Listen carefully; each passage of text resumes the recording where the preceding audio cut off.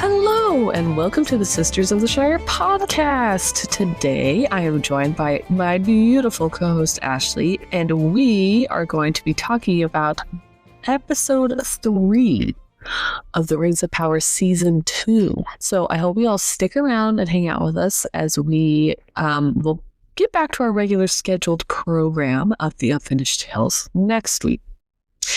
So this week's episode, this episode again is, I feel like, taking a lot of liberties of things. Yes. So we're going to again restate that we know that they couldn't get a lot of rights to stuff, so they kind of just had to do with what they could. And we are aware that people have opinions and thoughts on it, but that's okay. That's totally fine. You're entitled to your own opinion. And we are entitled to the opinion to like this show. So we're going to talk about it and how much stuff we liked, maybe stuff we even didn't like. Maybe you'll agree, maybe you'll disagree, but that's okay. If we just have fun with it, it's going to be awesome. So we're choosing to enjoy the story, just how it is. And if you really think about it, the book that we're covering right now, The Unfinished Tales, is basically like about stories that didn't make it into the original Silmarillion storyline. So we're just saying that, like, hey, who knows? Maybe this could be one of those stories that just didn't make it. Or alternative versions of the story. I think it's the wrong version. Yeah. It just means it's something different. And this episode is a lot of that, I feel. There's a lot of difference. A lot of things happening. So let's just enjoy it, have fun, and we're going to discuss the 3rd episode of the Rings of Power Season 2. Let's go. Awesome. Let's go. How are you today, Abigail? I'm okay. We bit the bullet. We finally had to just say, okay, and we had to buy an artificial tree for our... I thought you were holding strong with me. I know. It wasn't because I know. Okay, I know. My son is so allergic to Christmas trees. Oh, right. Okay. I forgot that part. He's so allergic to Christmas trees. I just couldn't do it in my heart anymore. I'm like, he suffers all Christmas just so I can have something pretty in my house. Like, I love my child a little bit more than my Christmas tree. So, just a little bit. So that's a good excuse. I know. But I did have to search high and low. I had to do some returns even to find one that was actually like realistic looking. And I found one that was really cool. I'm really excited. The first one that I got was very much like the scene in Elf where he puts it up and it scrapes the top of the ceiling. And even my son was like, I put the store on. I'm like, don't you dare. Because I knew he was going to like run and jump on the couch and try it like funny. I'm like, no, because we have to return it.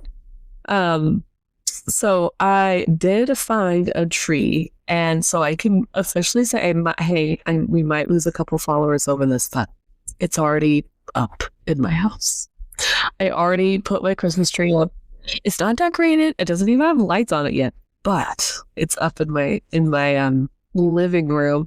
And I will say, I don't know. It's very teeter-tottering the scales right now of suffering, because either I suffer in the cold, because whenever we go get our tree, it's freezing and it's wet and it's muddy, but we have a good family bonding experience. So, but now that we have a fake tree, and I just put it up in my warm house, it did take me almost 4 hours to set it up. How can I fluff it up? Make it look like a real tree. So I'm trying to like the weighing of the scales of like fluffing the tree for 4 hours or sleeping out the cold and the mud. Which one is more suffering? It's very even in my head right now. Yeah. Not ours, I really doesn't work. Over the years, maybe you won't have to fluff it up so much. Hopefully, my goodness. I was like, diva. This tree's a diva. Well, I am a firm, we are a firm Christmas tree farm family at the Arns household. And I have instated a firm nothing till after Thanksgiving Christmas. But the thing is I needed to set it up to see if I needed to return it because I had returned other ones because they didn't look good. So I was like, well, the fact that you put stuff put it back in the box and be like, you gotta wait a week. Yes, yeah, I like you have skirted the lines wisely, I would say. Yes. So far, I'm not quite mad at you. It just looks like there's a tree in our house because it doesn't have lights on it, or it's not decorated either. So it's just like there's just a tree in our house right now. Oh my gosh! But I will miss the smell and the like going as a family, and I will miss that. But I also love my son and guess that he shouldn't suffer through the Christmas holiday season. I guess. I'm thinking. Okay, so if there was an Ent that was a Christmas tree, what would its name be? You're welcome to email us your answers or comment on this episode with your answer as well if the listeners want to join in my speculative questioning. What it has to be like one of those like fun names for like Santa, like ooh, I like that. Trinkleness or something like that. You know what I mean? Like something tinsel. It's bow instead of bow. Oh my gosh, I love that. Oh my gosh. Okay. Anyways, so oh my gosh, can we have a now I really want someone to do a drawing of like Merry and Pippin decorating an Ent like a Christmas tree. Oh my gosh. Okay, I think I know a guy who has already drawn Treebeard and Merry and Pippin. Make it up cool. That's so cute. What was I gonna say? Do they have a Christmas season in the Tolkien universe? Like a winter? I don't think so. I mean, I think that there's like I remember there being a spring feast in Silmarillion among the Valar when they're first getting to Arda. Remember, because that one lady dances and then Morgoth has to go and mess it all up. I want to say the elves usually have some kind of feasts around like certain what's the word? Equinoxes. So there's stuff like that ones on autumn equinox. Yeah. So I'm just gonna put it in my head. I do something along the lines of some celebration in wintertime. Okay, but hold on. Let's figure this out. If we learned from The Hobbit that during a birthday, the birthday person gives gifts to everyone else, what would Christmas be like? You see my question? They have to give like doorbell ditching, like secret gifts. Like they don't know who's giving you a gift. It's like a secret admirer white elephant kind of thing where they just like they don't know and then they all reveal it at a festival that like a feast. Like I was your secret something.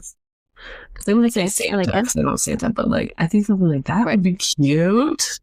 Well, because Gandalf is technically like their Santa.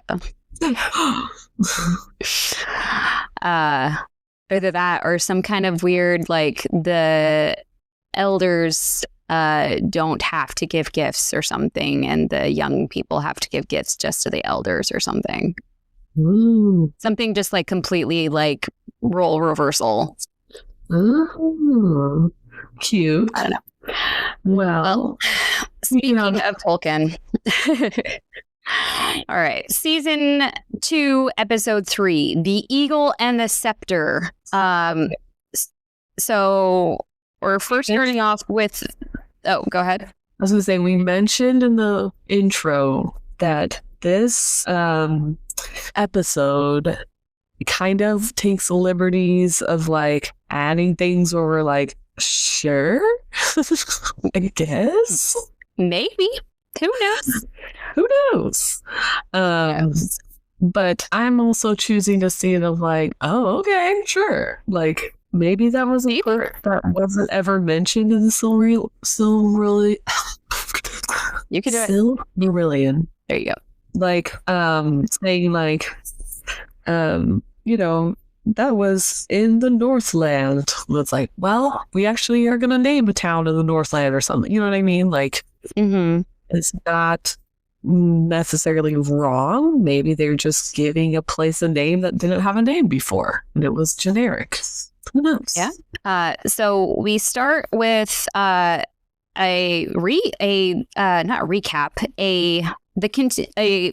repeat of a scene that we'd already seen with Beric, Isildur's horse, and Elendil, and he's like, get on the ship, Beric. I know he's gone, but we have to move on together. And so then it's like, okay, no, so he doesn't need the true master. So I usually get my recaps from this certain website, and my favorite thing that I think it's a girl, but that they wrote was the episode opened on Beric, the best horse that ever horsed. I agree. It's a good horse. He's a good horse. Because he knows, he's like, no, but you don't understand, Master. He's still alive. And I think you were texting each other like, yeah, what is it, boy? Did he fall down a well? Yeah. Tell me, boy, did a sealer fall down a well? Show me, boy. But he didn't bone him. No, he's too lost in his grief. But we do get to see the continuation. So, and before we saw Beric, running off, but now we get to see where he's running off to. Is he running like so far? Because I feel like they traveled for a long time, like after Isildur was lost, and so like Beric had to go all the way back. I'm like, that horse is determined. Yes.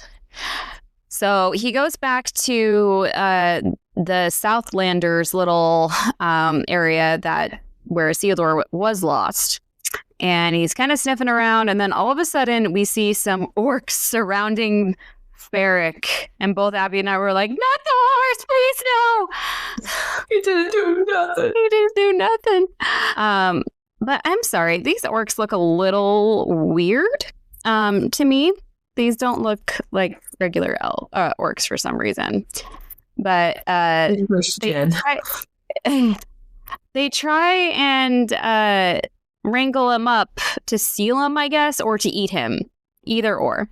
But Beric, in his bad anus, literally kicks one, and the orc is thrown back and impaled on a tree. I've been impaled.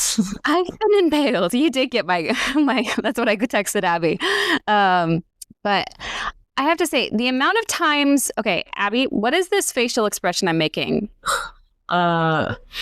Shock, disgust. Shock, disgust. The amount of times I had to make that expression with my face during this episode, like, it's not just like, oh, he got hurt. He got impaled. And then the one orc that is holding him with a rope literally gets dragged, and then somehow, did Beric mean to do this? He runs into a stump or something, and his head like explodes or something. I guess Ashley was like, did that orc just explode? Yeah. So, I mean, I don't feel like the violence level was to this level last season. Like, maybe ramping up the violence here. Yeah. Is there like a certain cool factor? Like, oh, sorry, you didn't get the, like, it was only cool if you had like a PG-13, oh, you're watching a PG movie. Oh, that must be a kid's movie. Oh, it's a PG-13? Well, never mind. Like, do you get more like people take you more seriously or something if you had that certain rating. Because they we bought too much fake blood. We gotta use it somewhere. I overestimated, and now I got a lot of blood. We gotta fill the quota. We gotta do it. Because the amount of times that I more exploding orcs. So speaking of exploding orcs, next we go to Barrick running into the Black Forest, which who knew there was a Black Forest and nothing comes out of there alive. He finds this cave that looks... So you figure out what the Black Forest was? So the Black Forest isn't canon, but most likely it's part of the mountain range of Ethel. It says Ethel Duras, which is on the western border of Mordor. And so this could be just like a nickname the orcs have given it. Right. But what's interesting then is, okay, so Ethel Duath is what you just said? Uh-huh. So where does Shelob live, Abby? I know. So that they made a bit of a link. I'll give them that. Because in this creepy cave that is in this Black Forest, there is all of these spider eggs that literally the subtitles say squelching. I don't want to watch a movie ever that has the subtitle of squelching. Okay, I don't know. And I'm curious what sound effects, like what they used. You know how they have to like recreate different sounds with like, it's not, they actually had spider eggs bursting. It was something, I want to know what the sound effects guys did for that. You know. Okay, maybe not. But I think it's funny when they're just not even close to what you would think. Like, actually, it was me with a stress ball. Like, you know, or just something like completely like... Yeah. No, so I first thought like, oh, when the horse saw the cave, and I was like, if in my brain, when Frodo was so close to Mordor and he gets to Shelob's lair, I'm like, she has to be around somewhere. Like, she didn't just appear one day. Like, so I was thinking in my brain, I'm like, when it started getting gross and creepy, I was like, oh no, here come the spiders. Oh no. Like, Tolkien really knew what the real enemy was here. The spiders. Yeah. Spiders are great when they're outside and they're home and they're not bothering me. Okay. And they're not ginormous. Yes. Ginormous spider. So Barrick gets so Isildur's all trapped up like Frodo is, where he's like in webbing and stuff. And Barrick wakes him up. And then you see, what did they zoom in on it? All the spiders like coming out of their squelching, coming out of their eggs. Yes. Like their legs are their limbs, like. But so Isildur is like, oh, I gotta get out of here, and so he tries to steal an orc's blade. That's like an orc right next to him or in front of him, hanging also in webs, and the orc wakes up, which is terrifying, and starts attacking Isildur, which I'm like, hey, but you got bigger problems here. Why are you attacking this guy? But then the orc, this, I would say like toddler spider compared to Shelob, maybe a preteen spider. Yes, gets up on the back of the orc and makes his head explode. Like both Ashley and I, when we were texting each other, were like, oh my gosh, oh no. You know. But what's interesting is like you see tons of just newly hatched spiders that are like ground, like very small. Not tiny baby spiders, but, you know, maybe the size of your hand or something. And then like the toddler spider that you referenced that maybe is like the size of, I don't know, your arm that managed to explode the orc's head somehow. But I don't see Sheila. Like, I don't see the mama. There's no mama. Where's mama? Do we want to see mama? No. I don't mama, but I don't see the toddler spiders able to. How did Isildur get there? Like, from the being trapped in a burning house. Maybe she brought him for her babies to feast on. Oh, I like that. That makes sense. Well, I don't like that. Sorry, that just makes more sense. Gross. So Beric saves the day, and he finally gets out of there. Beric. Yes. He finally gets out of there. And he's also being attacked by a spider, which I was like, so he runs away, and then we just jump on ahead, just moving scenes willy-nilly, to Elendil in Numenor. And if you remember from the end of last season, they were coming into Numenor, and all the ships were black.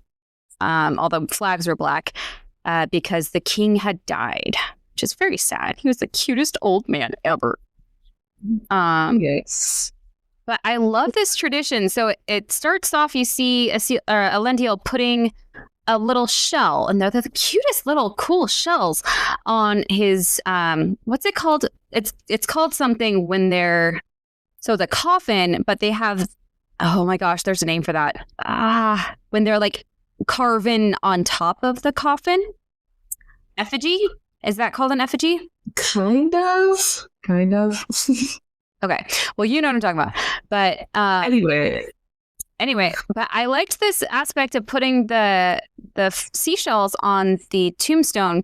It reminded me a lot of if you ever watch the end of Schindler's List. That's like a Jewish tradition of putting rocks on a person's tombstone. So I liked that cool tradition that looked like unique to Numenor. Yeah, that was cool. So what was I gonna say? In that scene, we're the queen, which we were trying to guess if like she had told people that she was blind, because like last time we were talking about, or she was with her people, she was telling Isildur like, don't let them know that I'm blind. Yeah. So I'm like, I don't think you can hold that charade for very long. Yeah. But I'm assuming people know she's blind, but I love that they portray her as such a nice queen, if that makes sense. Like, she's not a pushover, but she's not a pushover, but she's also not like, you see most of the time, and it's sad to say, like, people in a lot of stories make royalty look bad. Like, yeah, she's not a queen of hearts off with her head kind of person. Yeah, and we see a scene where a lady slaps her in the face because she's angry that she led her son into battle and that lady's son didn't make it back. And which is like, is this how we honor our dead? Like, clearly the king's death is a little different than your son's death. Like, I didn't quite see the jump right there, but and she just like, and I love that she just like hugs her like, I'm so sorry. Like, I didn't mean for this to happen, which is true. She didn't mean for this to happen. Yeah. And she knew the consequences going in, but she didn't think it was going to be that bad, you know? Yeah, I'm glad that they're showing her as a compassionate woman. When in the first scene, and you're like, she's not a compassionate woman. And then you're like, she is. She is. And don't forget the weird interaction that Elendil has with his daughter, who we both hate this season. I am sorry. Nothing against the actress. I'm sure she's great. But I do not like her character this season. I'm not a fan. No, she's making dumb decisions, which I'm like, you're not even in the book. Get out of here. She doesn't even go here. Yes. Oh, it's called the sarcophagus. Oh. Sorry. I needed to answer that question. So because when she was like drawing the king or whatever, she has this weird interaction where he thinks that she is his daughter, and she somehow gets to see the Palantir, and now she like thinks she knows better than everyone, and she's like, you know who's really to blame for all this bad stuff, and it's not you, Elendil, it's not you, father, you know who it really is. He's like, what are you talking about? What are you trying to say? Like, I don't get it. Like, it's no one's fault. How would they have known that it would have been that bad? Who would have known that they would have had a freaking volcano go off? Yeah. So she bugs me so much in this episode. And I had another and so much I'm mad about it. I don't even remember her name. Because it's hard to say. It's Aarian. Yeah. But another person who somehow between season 1 and season 2 has years gone by. Like, I don't understand how they can change so much. I know. Her face looks totally different. I know. She doesn't look like the young little sister anymore. So no. Nothing against that actress. We're just... No. We're just trying to be like... I will be on my soapbox about the continuity thing. Like, I just wish there was more continuity between seasons, is all I'm saying. Cards going on, and yeah. If they figured it out with the Harry Potter movies, if they could figure it out with growing teenagers, then I think these people could figure it out. But whatever. So there's also a bit of politicking going around with Pharazôn. And if you know the book version of Pharazôn, he is very different than the Rings of Power Pharazôn, but similar in he's more like political, silently like moving pieces. He's like, I'm gonna be the good guy for a while, and then pull out the like crazy. Yeah. So he's scheming, he's plotting with this other guy, other nobleman, in this scene, which we're like, who's that guy? Why is that guy? Why? But I guess he needs someone to be his spokesman, cheerleader, whatever. Lackey.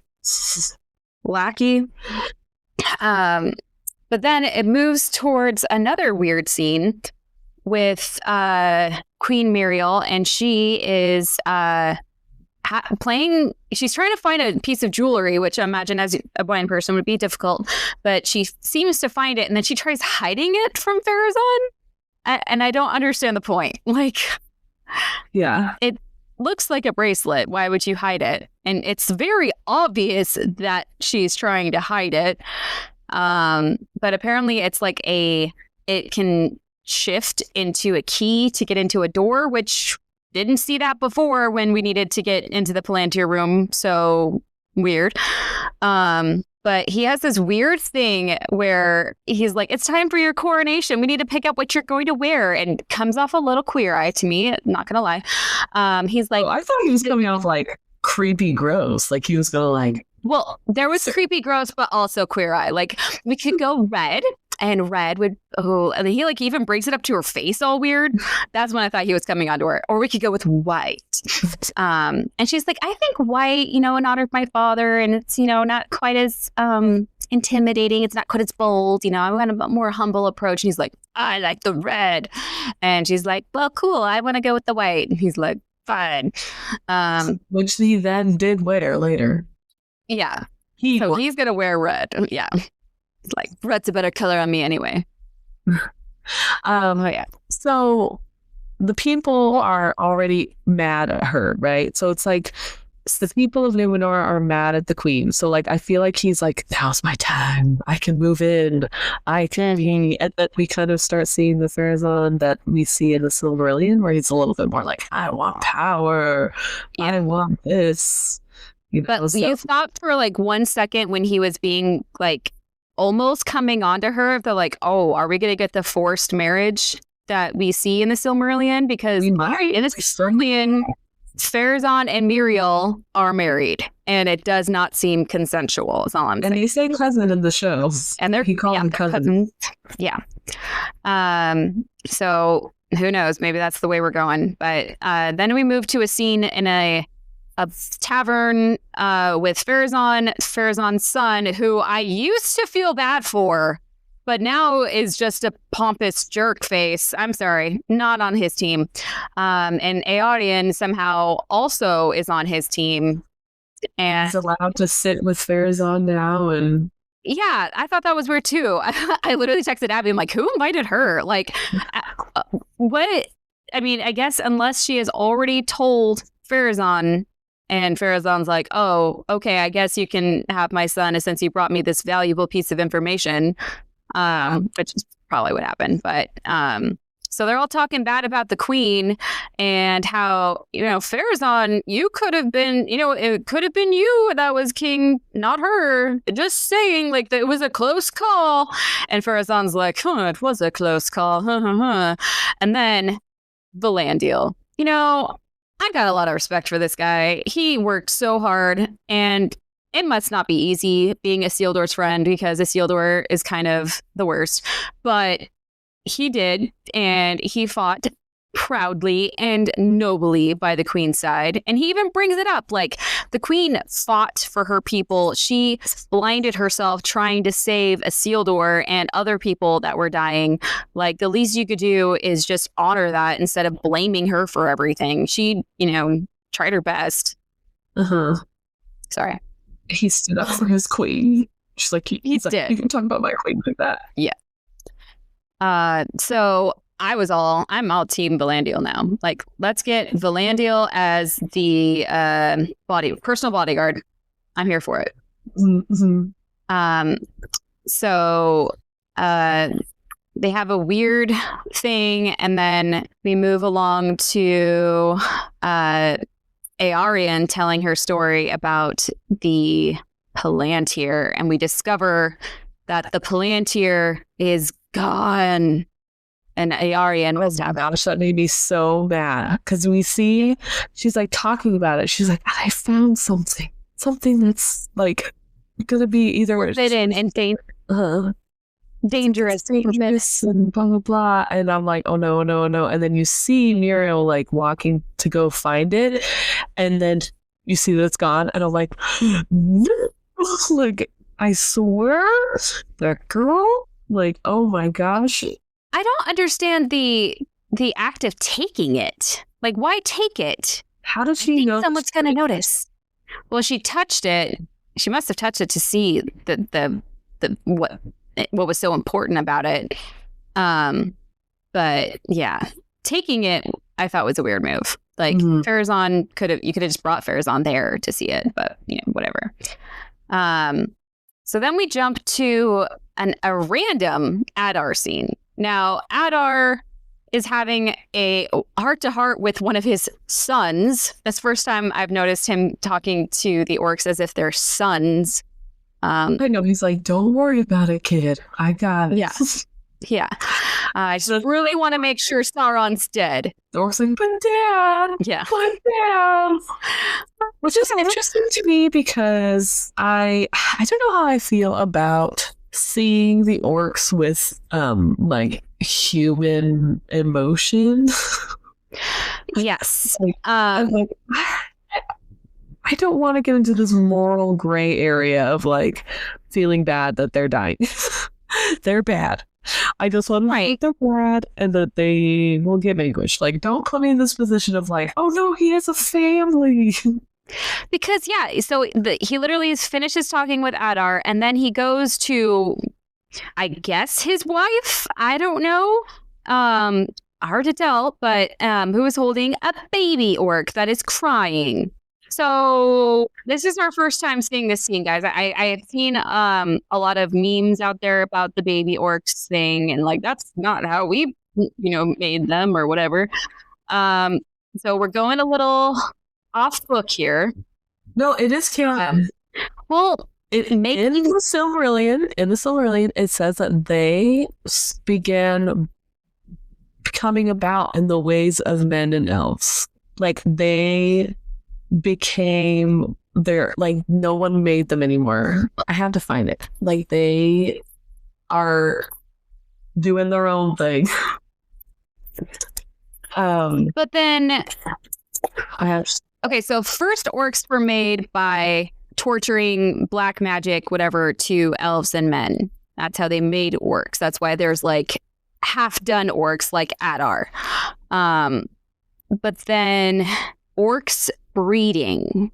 It says, JRN, the Tolkien Chapter 3, for the orcs had life and multiplied after the manner of the children of Ilúvatar. Okay. It is in the Silmarillion. That's a hard one to swallow. But I am with you still on the, I don't want orcs to have feelings and babies.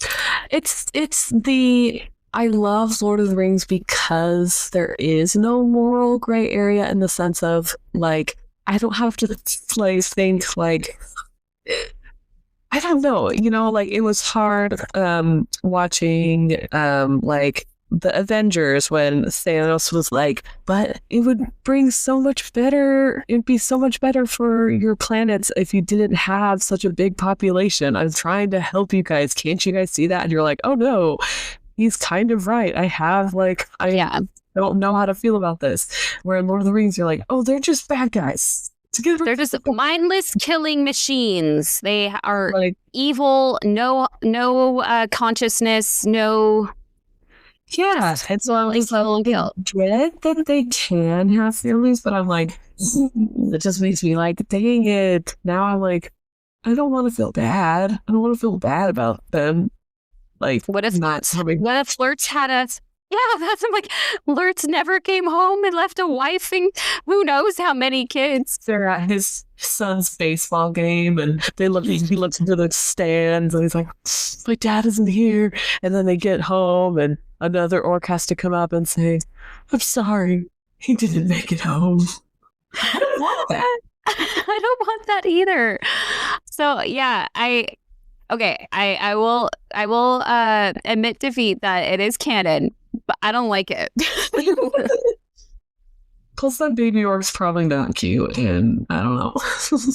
No. So okay, moving on.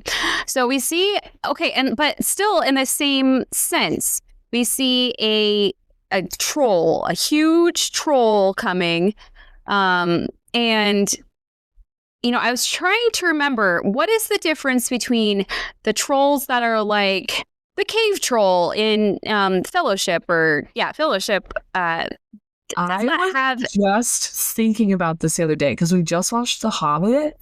And I'm like, how come those trolls were like talking about cooking and speaking? Yes. Had like, stuff like that. And then you see the ones in like The Return of the King or like the Two Towers where they're just like mindless, like, yeah, they're just like killing everything, So I'm like, what's the difference? Is one a cave troll and one's a mountain troll or one's a forest troll or I don't know. You think trolls are just trolls, but one of them's in a better school district. And you can't blame them. It was their social economics, and they just had to grow up where they grew up. And so, Yeah. So this cave troll thing comes up to Adar, and he's like, I invited you here. Where was my messenger? Oh, you have its head. Thank you for that. I guess you didn't like my message, or you ripped his head off. And all the cave troll wants to know is, where is Sauron? Which brings to the question, like, how does he know who Sauron is? How does he know who Sauron is? Did Sauron have a better relation than Adar with the trolls? Is it like Voldemort? How they have, like, he's in charge of they're just evil by nature, so he just gets to be in charge of them. You know what I mean? Like, yeah. Also, like, how do the trolls get up on gossip? The 411 of what's going on. Well, I mean, apparently these ones can talk, and so that would be my guess. They gossip around the campfire. It did make me have this moment of like, wait, so cave trolls can't be out in sunlight, or they turn to stone, as we learned in The Hobbit. But Mordor, another loophole with the whole messing with the atmosphere is, I guess, cave trolls can be out in daylight now. Yeah. Maybe they're different species, who knows? Like I said, I was just thinking about that because we watched The Hobbit and I was like, how come they get to talk and have like civilized conversation and also handkerchiefs, you know? And like clothing somewhat too. The clothing option's funny to me. So what about a Mihawka? I love that scene so much. I don't know why. I don't like the way it wiggles around. So after that, we are left on this like, where is our What is it called? Burglar Hobbit? Oh yeah, Burglar Hobbit. So then we jump randomly to Eregion, and it seems that Prince Durin and Disa, our favorite couple, have taken Celebrimbor up on his invitation. And they're having a little meet and greet. And this led me to a very confusing thing. I'm like, did I not listen? I like to think of myself as having a pretty good memory of like reading comprehension. Like we can remember quotes. We can remember, certain things from movies and shows and stuff. But when they were having the conversation between Celebrimbor and Annatar, who wasn't Annatar yet, it was with Halbrand. He said, I want to make rings for men. He did. When were dwarves brought into the conversation? Because didn't Celebrimbor say, well, what about the dwarves? What about, like, if you're going to offer them to men, what about the dwarves, too, if you're going to make silly suggestions? And then he's it's like... interesting that he went for the dwarves first, then, I guess, is my, like, I don't understand. I thought the men would be more pressing, I guess. Yeah. But you didn't need an Israel. Yeah. Yes. And why only invite Prince Durin if he says one for each of Middle-earth's most powerful dwarf lords? Well, how many dwarf lords were there at this time? I can only think of Durin. I mean, there's literally the line of Durin that comes up throughout the Tolkien universe. I mean, maybe is there someone in Erebor right now? Oh, yeah, maybe. Or is that a young kingdom? Well, compared to that? That's a younger kingdom because if you think about it, okay, I like went through this rabbit hole when we were first watching. Okay, so Durin the Deathless, who is the king, who is Prince Durin's dad right now. He is the one on the crown as of now, right? He will have Durin, the third, and then the fourth, and then there's Nain, and then there's Thrain, and then Thorin. So, and then Thorin. Oh, no. Sorry, that's Thorin the first. Then Gloin, then Oin, then Nain, then Dane, then Thror, then Thrain, then Thorin Oakenshield. So we've got a long way to go. Great grandfather or whatever. Yeah.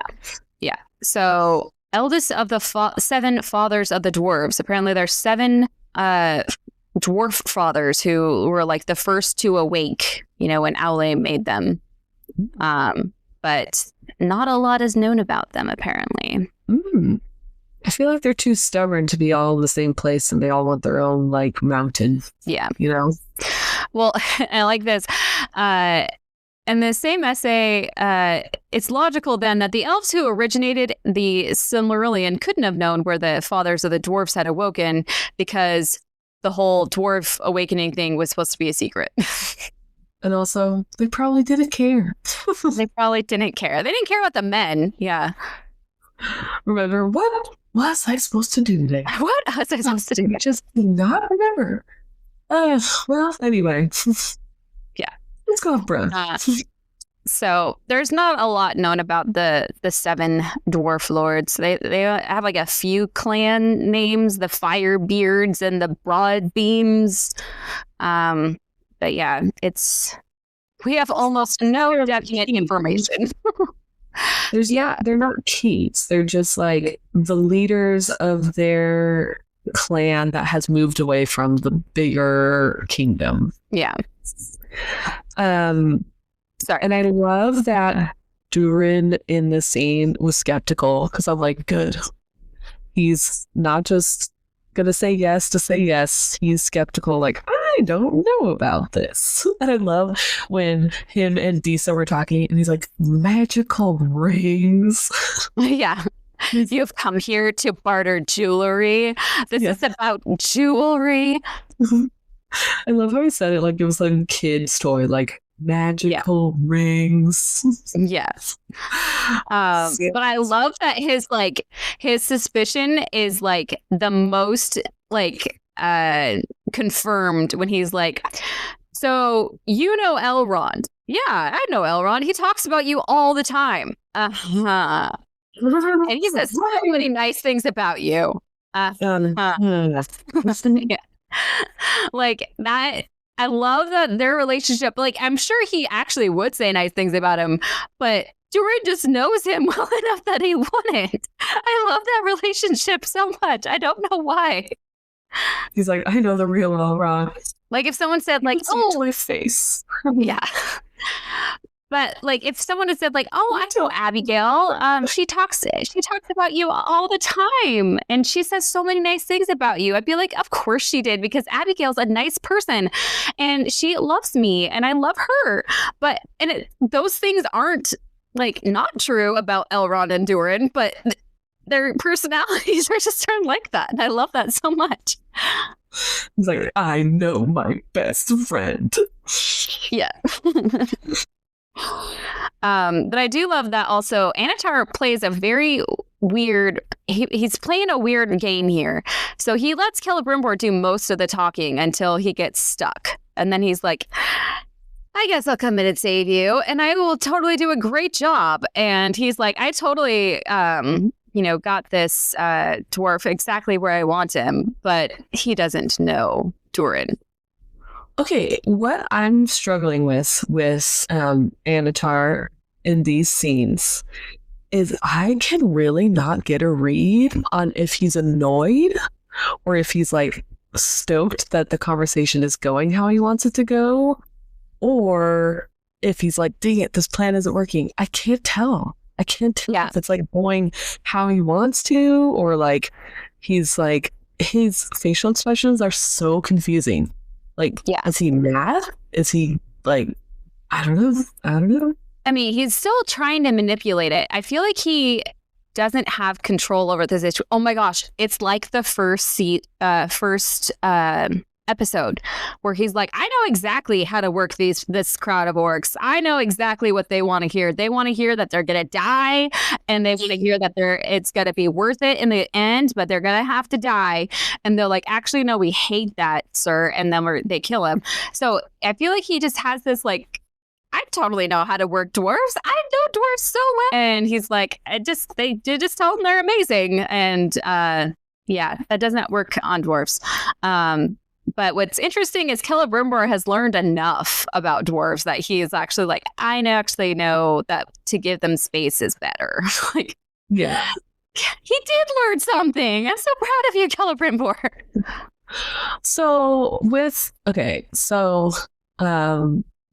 I feel like the Celebrimbor parts in this whole episode is we see Anatar talking to him like a friend, but also like, oh, I shouldn't tell you this, it'll just get you mad. Like, the manipulation is so obvious when it comes to Celebrimbor. He's so easily manipulated. And he's very insecure. You see that he's very insecure about himself and about his work. And even though he was told like, hey, your work actually did something good and like it saved the elves and it rivals the Silmarils and, all this stuff where he's like, oh, I'm doing it. I'm finally becoming one of the greatest smiths in elven history of Middle Earth and stuff like that. But then like one little thing where he's like, wait, what? Like, no, tell him, am I not good enough? Like he's so sadly insecure and living under the shadow of his is it his grandpa or it's grandpa, uncle, or who is that? Feanor. Grandpa. Huh? It's his grandpa. Okay. So Because it's really Celebrimbor's dad was Corfin, and Corfin, it's kind of sad to see how much he does not have confidence, or he's very easily manipulated of like, oh, you like my stuff, somebody likes it, and stuff like that. And when I was texting Ashley when he was like, oh, the High King Gilgalad said, what did he say? What did Antar say to him about the High King? He doesn't want you to make these rings. He doesn't even know I'm here. Yeah. And so I feel like Celebrimbor's like, well, he's not my real dad. like very, but you can't tell me what to do. Yeah, it's so crazy that, because that's definitely one of the powers that is mentioned in the Silmarillion about Sauron, is that he's able to like do this kind of long game of like making people like think like, oh, well, maybe this or this, or I'm doubting this or this, or you know what I mean? I'm getting grumpy at this or something like that. So that's definitely a power that Sauron has that is I don't know what is mentioned as in the Silmarillion, like what that honey, manipulative tones. Yeah, basically. Yeah. So he will make it was all about like making you think that things were your ideas, but they were actually his, or like words that you said but were actually his. That they talk about that a lot. I was telling Ashley because the Celebrimbor mentioned something. He's like, Gilgalad can't tell me what to do in my own realm, which is, I'm like, I text Ashley, I'm like, I want to start calling my house my realm from now on. Like, it is your realm. You can't tell me what to do in my own house. Yeah. So, what's crazy is a letter like lying. He's gonna lying, and even oh my gosh, even just like cements it even more. He's like, you would really lie to the king? You can. You wouldn't want to do that, would you? Please do. Only that's exactly what I want you to do that. Yeah. So we leave Celebrimbor being naughty, and we go back to Isildur, who is in this creepy boneyard. Not boneyard. It's kind of like the what's the word? The marshes. The marshes, yeah. So he sees this. He's gonna take a drink from this horrible looking water.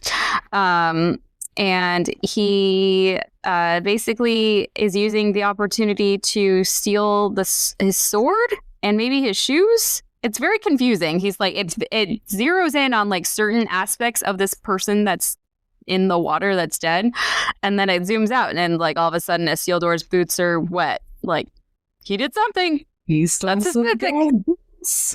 Yeah. So he's wandering through this forest that's like all decimated from the fire and the lava and stuff. And he comes across this scene.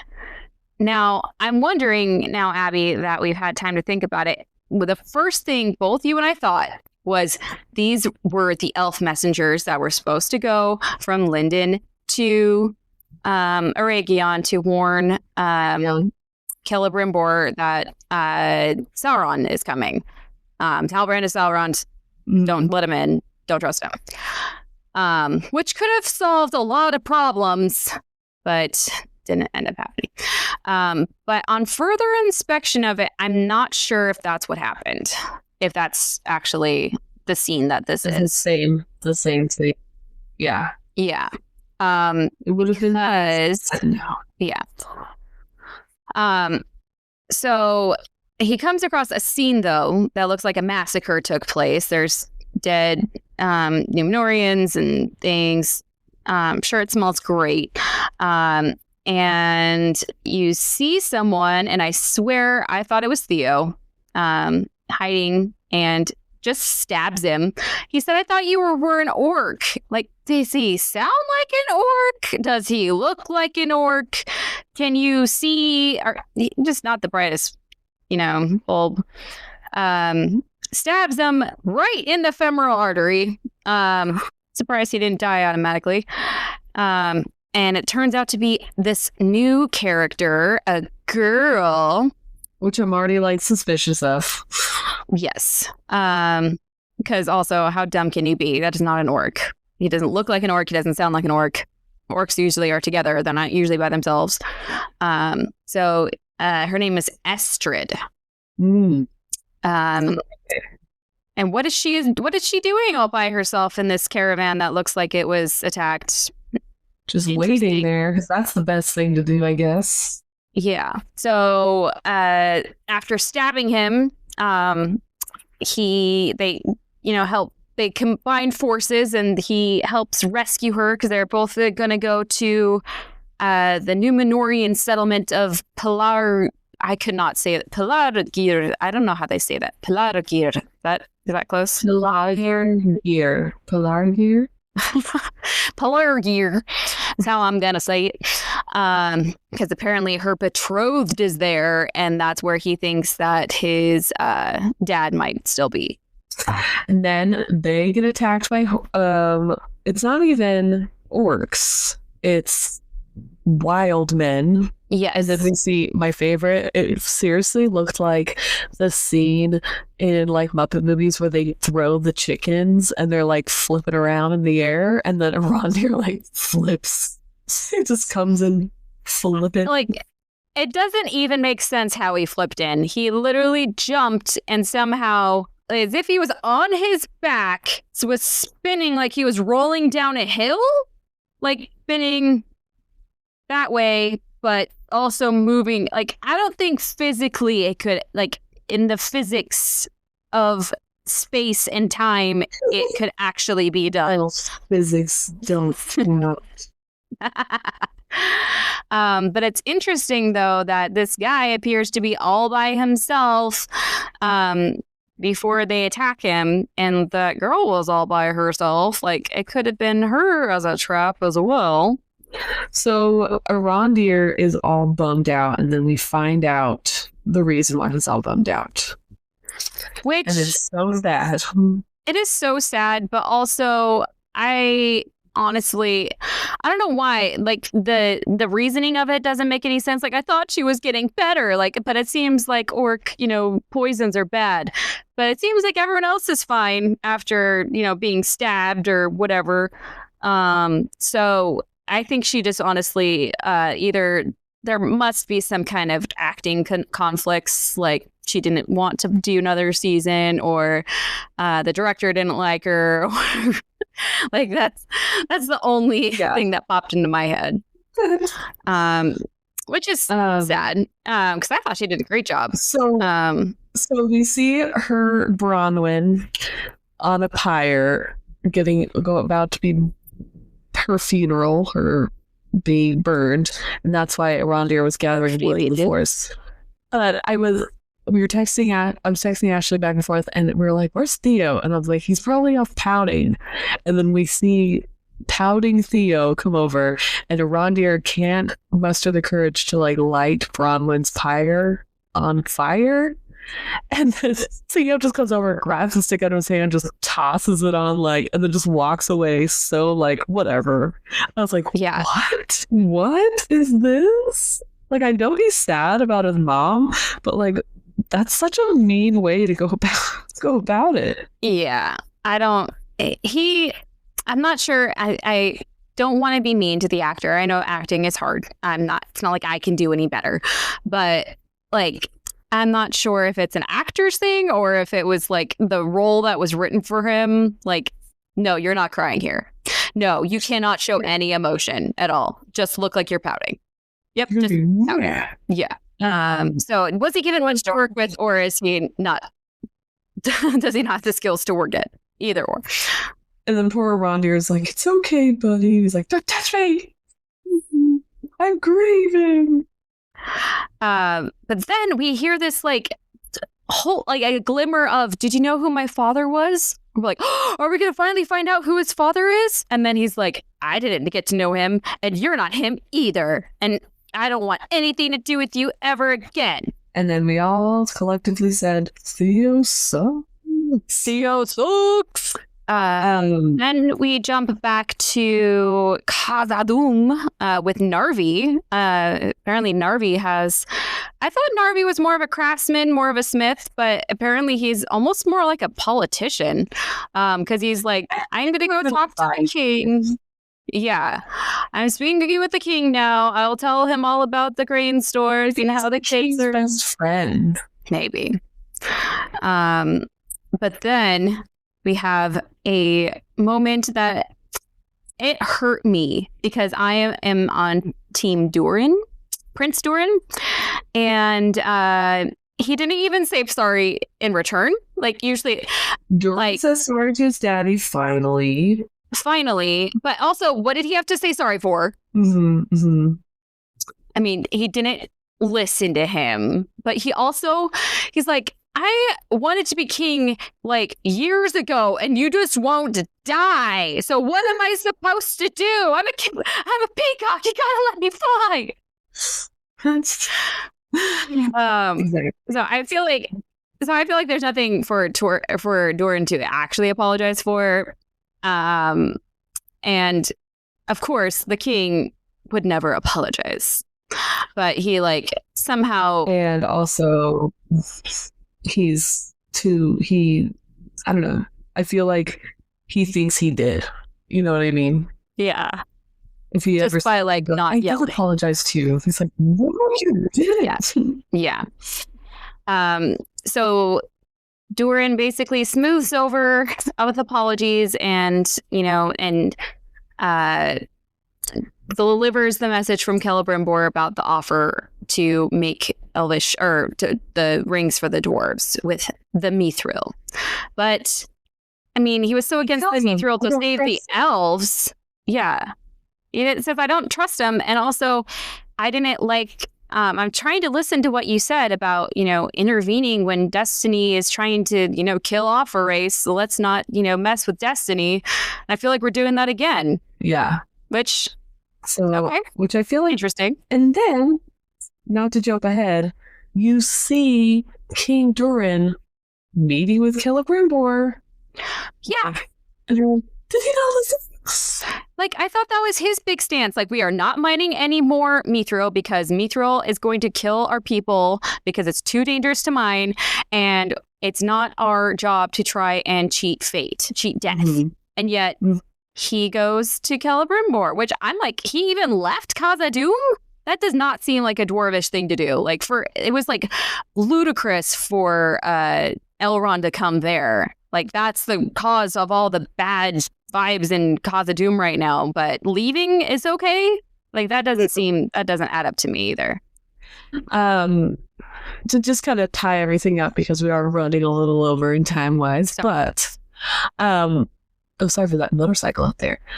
But we see like, okay, there's 3 things that happened at the very end, which were like big deals. And I was like, what the heck? And the first one was, what's his name? Isildur is bummed because the Wildman stole his horse. And with Beric. And Theo's like, you can go with me if you want to get your horse back. And he's like, okay. And then they find the like camp of Wildmen with Beric, and he's gonna go steal them.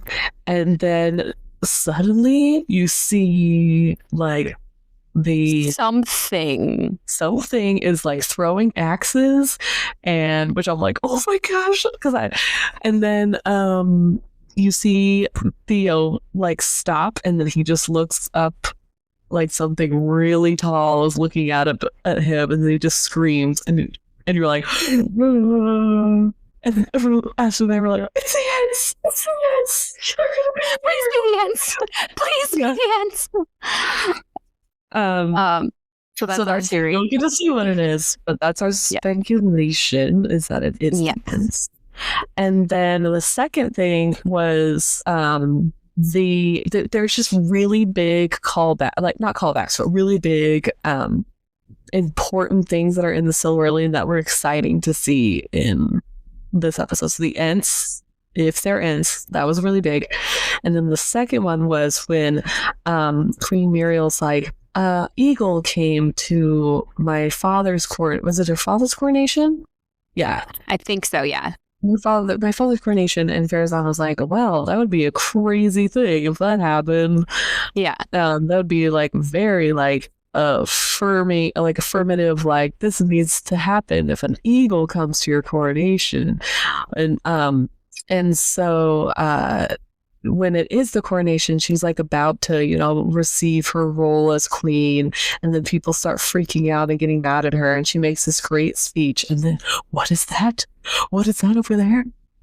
Oh my gosh, could it be? It's a giant eagle that comes to the coronation, and you're like, ah! And it's amazing, and people are like freaking out. But then this really bugged me. I was so angry about it. And it was also Ashley and I were texting back and forth that like she couldn't see what was going on. And so she couldn't see. Like she made a guess from the sound, but it's not like she could walk up to it. And so Farazan was like, this is my moment. And then he goes, I'm gonna walk up to it. And then his like politician like right-hand man was like, oh, the eagle has chosen Farazan. And oh my gosh, it made me so angry. And then the eagle's like, I love the body language of the eagle. He was like, wait, no, actually, no, like that's not what I'm here for. Because it doesn't look happy. It looks agitated. Yeah. But they're like, oh, he chose him. Yeah. And then Farazan, yes. He did, right? And he pulls out a sword, and he's like, I'm the master now. I literally thought he was going to kill it, though, for a second. Yeah. The eagle has chosen me, and I'm like, oh my gosh, how aggravating. So, and then the dumb sister has... Well, this I think was before the eagle came, but she pulls out the Palantir like, your queen has been using elfin magic. She's not a true, like, believer of Numenorian, blah, blah, blah. She still loves the elves. And she throws the Palantir on the ground, and I'm like, you can get out. How did it not shatter? I know, but also like, oh, you're so annoying. And I think I even texted Ashley, I'm like, girl, you ain't special. Like, get out of here. Yeah. And what was weird though is that every time someone has touched the Palantir, they get a vision, right? It's not. I mean, it's a very like visceral vision, but when Elendil goes to touch it, it like blows him away. And then you think about when Aragorn tries to touch it, it burns his hands and freaks him out, and then he can't touch it again. Well, I thought that was because Sauron was on that one. But Pippin was holding it. And then it got stuck to him. Mm-hmm, but it like burned Aragorn. There's actually a Palantir that has Denethor was messing with during the War of the Rings, and it actually like had his fingerprint on his like burn marks of his hands on it. Ew. Yeah. So anyways, it comes out that she's like, I guess that's my Palantir. Yes, please don't destroy it. I guess I like elf things. And they're like, liar, elf lover. She's a witch. Which I'm like, that's not. Farazan was like, now it's my time to shine. Yeah. And so that was cool. So we get Ents, and then we get Eagles. And then at the end of this episode, we see King Durin come in, and he's with Celebrimbor and Anatar, and they're making rings. And all I'm like, no. And like, he goes to get the mithril, and Celebrimbor's like, yeah, I'm gonna make this ring, blah blah blah. And Anatar's like gives him this look like, give me that mithril. Yeah. And there's this weird contention between that what you're doing. Yeah. And you can totally see on Celebrimbor's face after he puts it in, he's like, oh, I'm kind of not stoked that you did that. Like, I'm gonna make a happy face because the dwarves are here. But I'm gonna talk about this to you in private after they leave. But I was not happy about that. Yeah. So, one other thing I was going to mention really fast is another Easter egg that we got to see was Arondir was talking to Theo. He's like, "Have you ever heard of a place called Baleriand?" It's like, "Yeah, that was like a city, right?" I'm like, "It was like the country, dude." It's that little town. I don't know. That little town.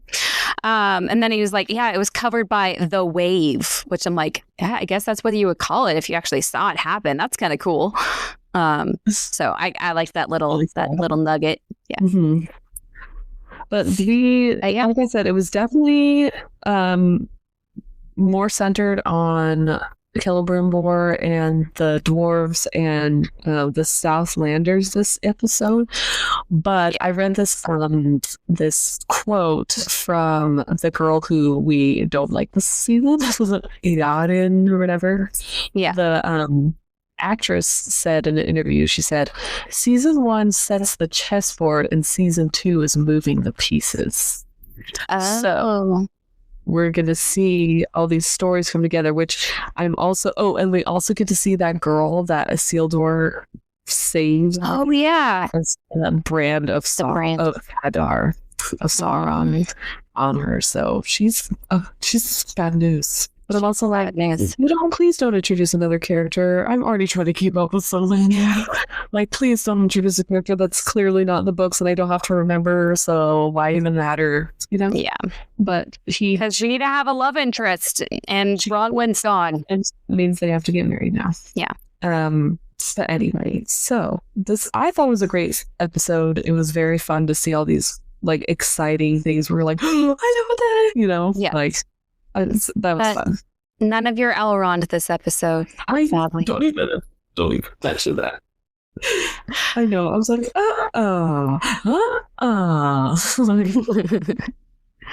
You'll get his time. My sweet Elrond. Oh, man. Yeah. Anyway, so I'm excited to see how the rest of the season plays out. I am dying to see Ents. Oh my gosh. I want to see them so bad. And maybe some Ent wives. Maybe. We lost them.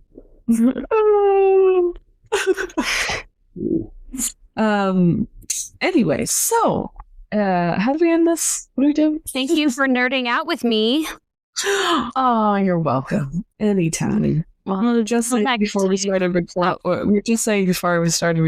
that this is like we have a lot of other things that happens during our days and our weeks, but this is the one thing we enjoy, to just sit down and talk about something we love, and it makes us happy. So I hope it makes you guys happy too. Yeah. Thank you to all our Patreon subscribers. Yeah. And thank you to all our Instagram subscribers, those who love chatting with us on Instagram. If you guys have anything you want to say about season 2 nicely, you can always Instagram us and talk to us about it. Email. And also emailed us. This is the farthest we've gone on the season. These no spoilers. We haven't gone... Yeah, no spoilers. Please do not spoil it for us. We have been patiently trying to get through it with children and get different schedules, things like that. So, yes, daily lives.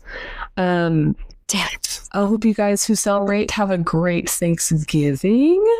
And it's fun, and that you guys get to eat good food.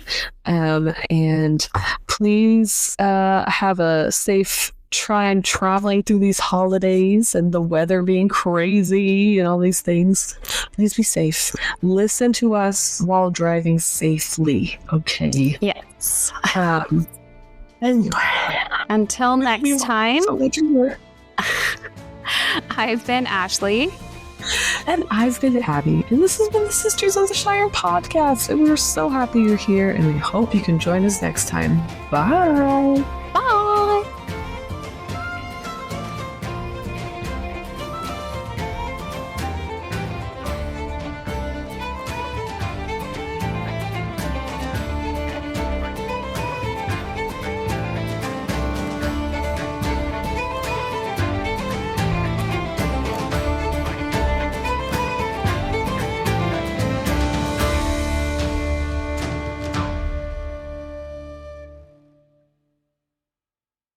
Thank you for teaching me a day.